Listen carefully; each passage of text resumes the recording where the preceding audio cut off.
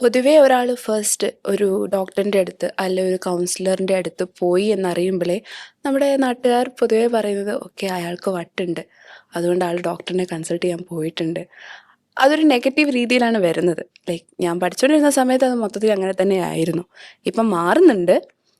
അങ്ങനെയല്ല വേണ്ടത്. അതായത് അപ്പോൾ ഒരാൾക്ക് അസുഖം ഉണ്ടെന്ന് പറഞ്ഞാൽ അത് പല റീസൺ കൊണ്ടായിരിക്കും. ചിലപ്പോൾ ആൾക്കൊരു ഡിസ്ട്രെസ്സായി ആരുടെ അടുത്തേലും ഓപ്പൺ അപ്പ് ആണെന്ന് തോന്നി അതുകൊണ്ട് പോകുന്നതായിരിക്കാം.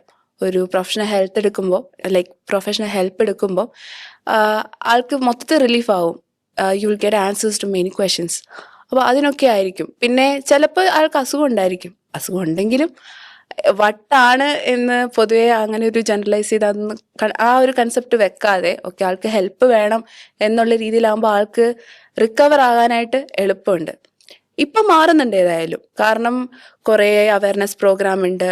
മെയിൻലി കൊറോണ കഴിഞ്ഞ പിന്നെ കുറേ മെൻ്റൽ ഹെൽത്ത് പ്രോഗ്രാംസ് എല്ലാം ഉള്ളതുകൊണ്ട് ഇപ്പം ആൾക്കാരുടെ ചിന്തയും അതനുസരിച്ച് മാറിക്കൊണ്ട് വരുന്നുണ്ട്.